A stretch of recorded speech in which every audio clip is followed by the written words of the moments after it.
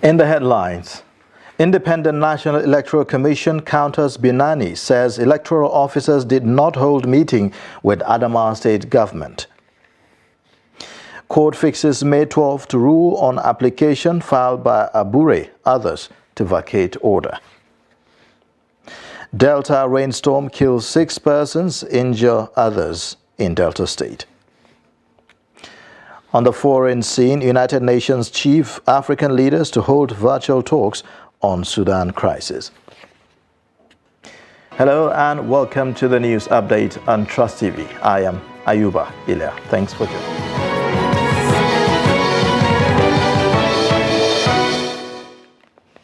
And now the details. The Independent National Electoral Commission, INEC, has tackled the governorship candidate of the All Progressives Congress in Adamawa State, Aishatu Binani, over claims that electoral officials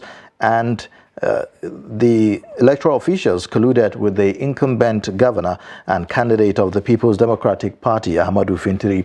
In a statement on Thursday, INEC National Commissioner Festus Okoye said that the insinuations by Binani are fabrications and mischievous.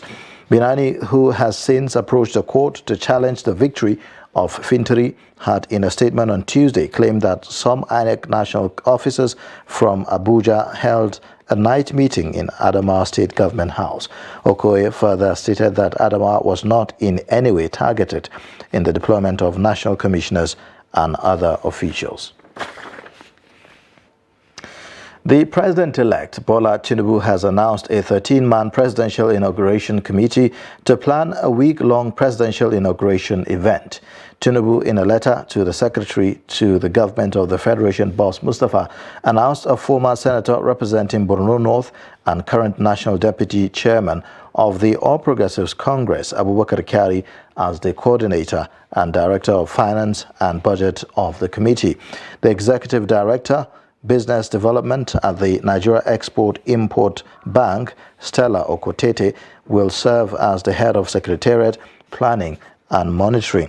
Other members of the committee include Makinde Arawe, Bayo Onanuga, Dr. Betta Edu, Colonel Abdulaziz Yaradua, Zainab Buba Marwa, and Samira Sadiq. Also appointed are Abu Andrew Abu, Aladi Bako, Hadiza Mohammed Kabir, Donald Wokoma, Bishop Adegbite, and Imam Faoud. Tinubu is expected to be inaugurated as president on May 29, 2023. Justice Hamza Muazu of an FCT High Court sitting at Maitama on Thursday adjourned until May 12 to rule in the preliminary objection filed by the embattled chairman of the Labour Party, Julius Abure, and one other. The other respondents are the National Secretary, Farouk Ibrahim, Clement Ojuku, and Oluchi Okpara. They are challenging the jurisdiction of the court to entertain a matter filed by Martins Esipali John and 9 others seeking the removal of the 4 respondents through an ex parte motion brought before the court. Justice Mazu adjourned until May 12 after listening to the submissions of the counsel in the matter. The Nasarawa State Police Command has arrested 27 suspects over alleged kidnapping, armed robbery, and cattle rustling in different parts of the state. Public Relations Officer of the command, Ramhan Nansel, made this known while parading the suspects in Lafia. Awakar Abdullahi sent in the report as presented from our studio. Parading the suspects before journalists, the command's Public Relations Officer, Ramhan Nansel, said some of the kidnapping suspects are known faces in some communities, adding that several complaints have been lodged against them until their eventual arrest. He explained that the activities of one of the kidnapping syndicates came to the knowledge of the command when it became apparent that people hired them to kidnap their relations for ransom. On the 10th of April 2023, at about 0800 hours, the police command, in its bid to stem the tide of kidnapping at Nasarawa, Igon, and environs, carried out a joint operation in collaboration with the military personnel and vigilante group at Alogani and Igon Hills. where 4 kidnapped victims were rescued unhurt and 6 suspected kidnappers were arrested. He further said the notorious kidnapper Shoaibu Muhammad, also known as Chidawa, that has been on the wanted list of the command, also fell in the command's net. Based on actionable intelligence, one Dahiru Sani, a male of Duma, local government area of the state, was arrested for hiring the same syndicate that was hired to perpetrate the kidnapping at Popsy filling station in Madar station, to kidnap his brother-in-law. The PPRO said other suspects arrested by the command in addition to the kidnappers were 5 armed robbers and 2 cattle rustlers, while arms and ammunition were recovered from them. Some of the suspects admitted to have committed the offense they were accused of.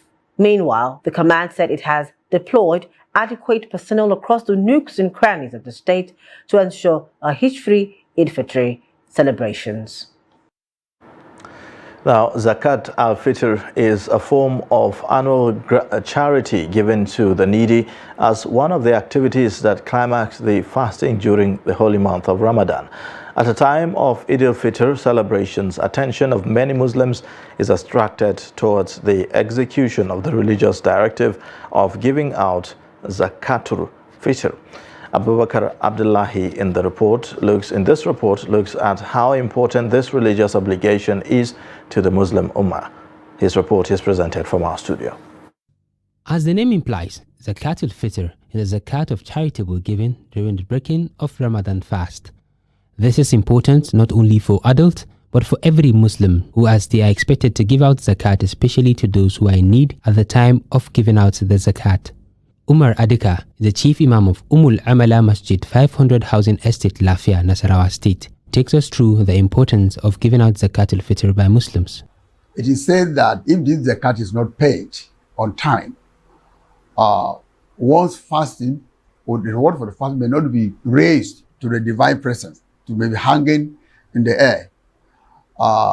So, in addition, another hadith says that this zakat is one of the means of guarding or protecting the fasting person from some errors during the time of fasting. As we know, the fasting of Islam has to do with abstinence from eating, from drinking, and from sexual relations, from dawn to dusk. The Islamic cleric added that usually zakats are given to the needy who are not able to feed themselves or families, rather than those who do not need the charity. He maintained that what can be given as charity are the basic staple foods used in a particular area, and only those that can afford are qualified to give. Speaking on Zakat al-Fitr, Secretary General of Jama'atul Nasr al-Islam Nasarawa State, Muhammad Ali, encouraged Muslims to try as much as possible to give out Zakat al-Fitr and benefit from its reward. Prophet Muhammad sallallahu alaihi wasallam says, if you did not give Zakat al-Fitr, your fasting is lingering. It's lingering, just like pendulum.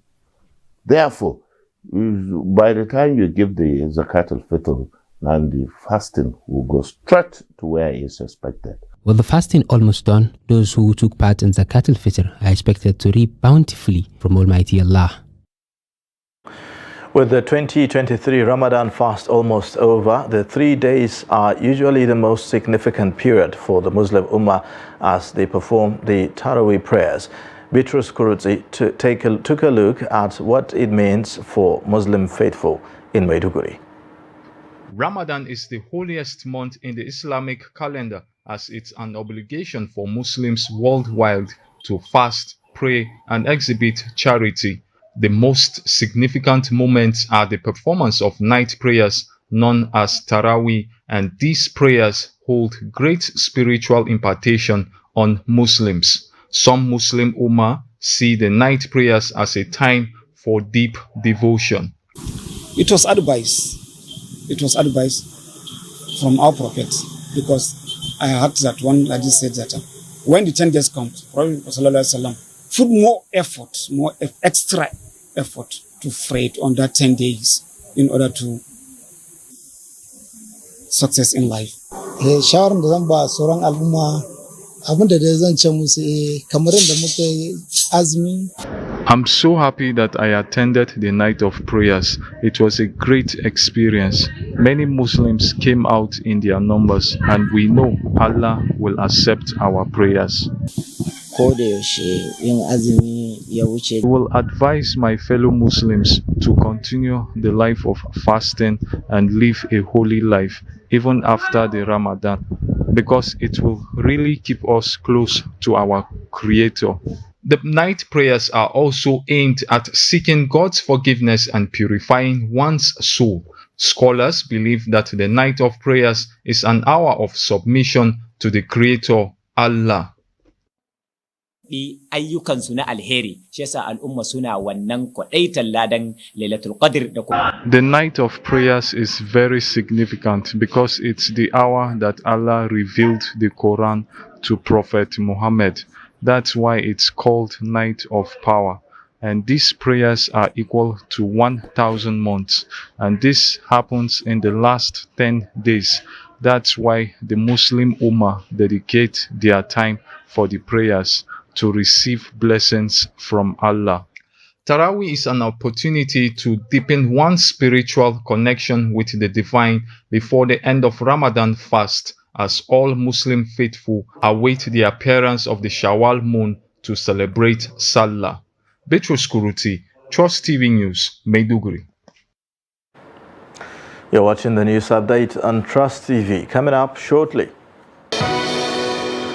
we'll take a look at how incentivization will boost shoemaking industry. Details of this and more after the break.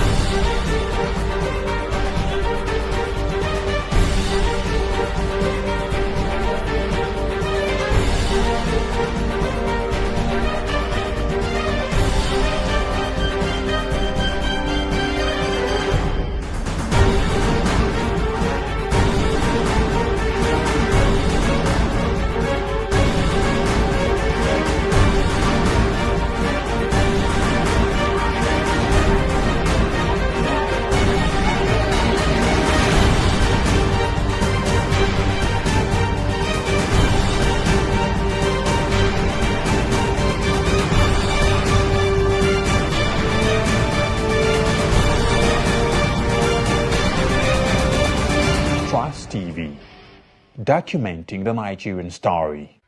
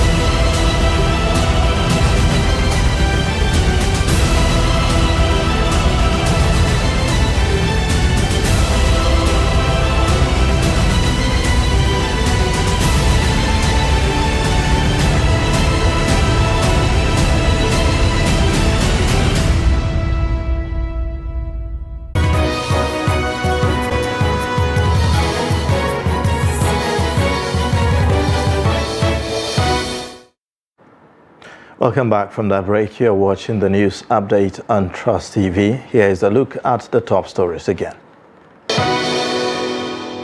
Independent National Electoral Commission counters Binani, says electoral officers did not hold meeting with Adamawa State Government. Court fixes May 12 to rule on application filed by Abure, others to vacate order. Delta State Government on Thursday confirmed the death of 6 persons who lost their lives to rainstorm and windstorm in Oko Community, Oshimili South local government area of the state. Addressing newsmen in the Delta, the Delta State Commissioner for Information, Charles Aniagu, who confirmed the sad development during a news conference in Asaba, the state capital, said 5 others who sustained various degrees of injuries were being treated at the hospital. Aniagu also said that a 10-year-old boy was swept away at Okotomi area of Okpanam community in Oshimili North local government area. The state government, according to him, was coordinating rescue efforts to recover the boy. On the falling of a petrol tanker on Udu Bridge, Aniagu appealed to residents to be patient, saying that efforts were on to evacuate the tanker for free flow of traffic.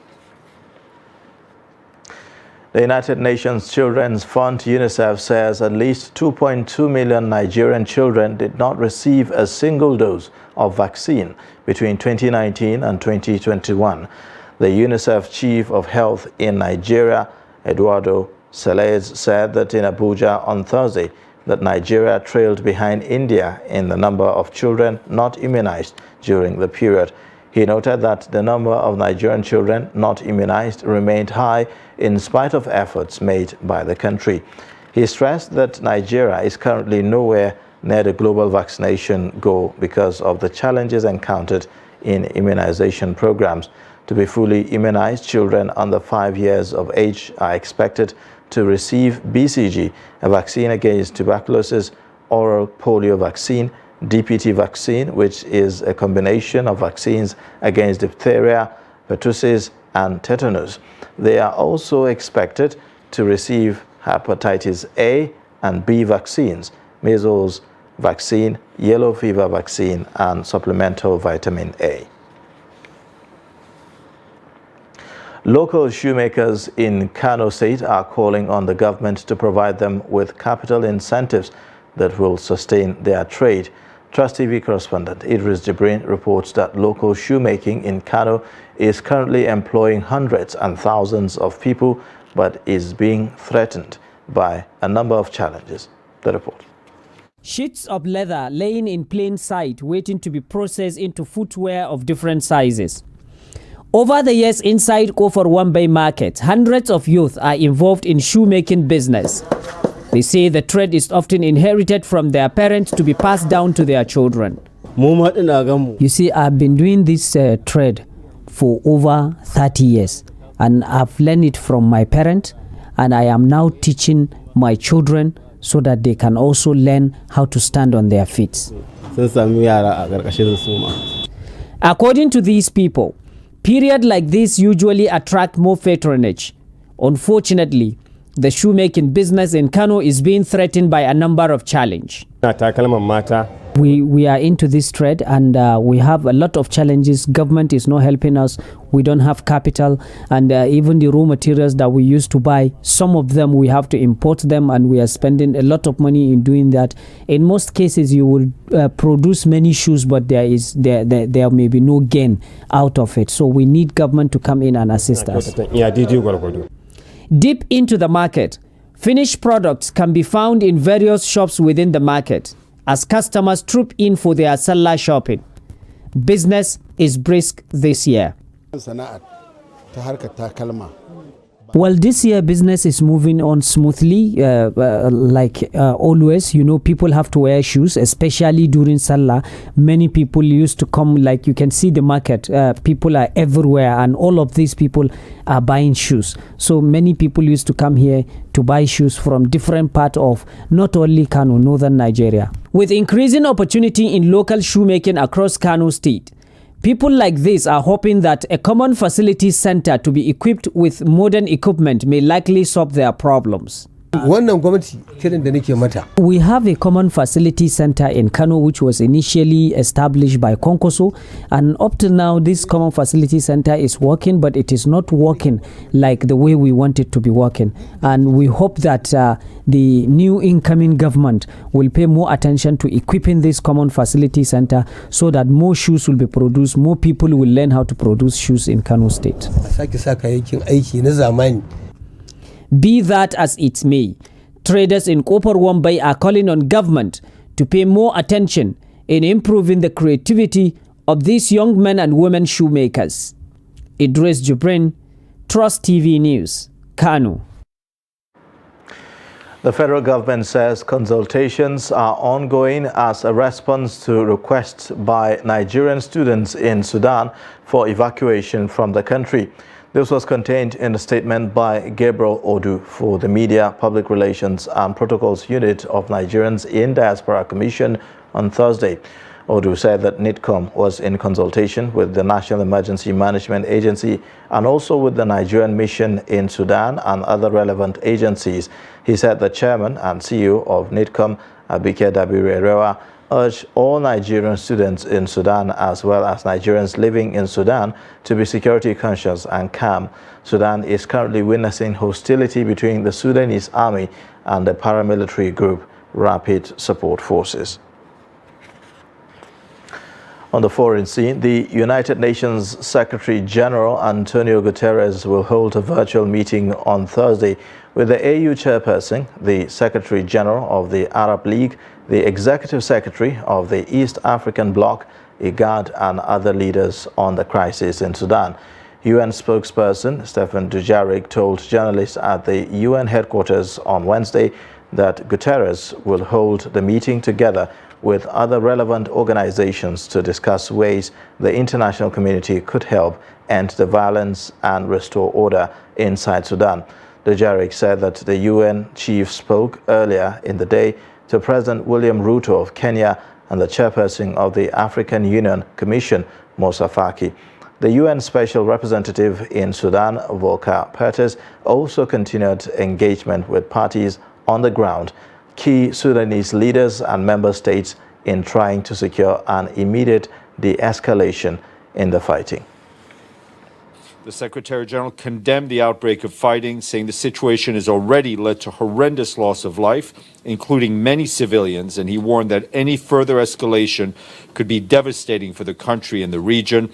He also condemned the deaths and injuries of civilians and humanitarian workers and the targeting and looting of humanitarian premises, which we've seen. He reminded all parties of the need to respect international law, including ensuring the safety and security of all United Nations personnel and associated personnel and humanitarian aid workers. The Secretary General urged all those with influence over the situation to use it in the cause of peace, to support the efforts to end the violence, restore order, and return to the path of transition.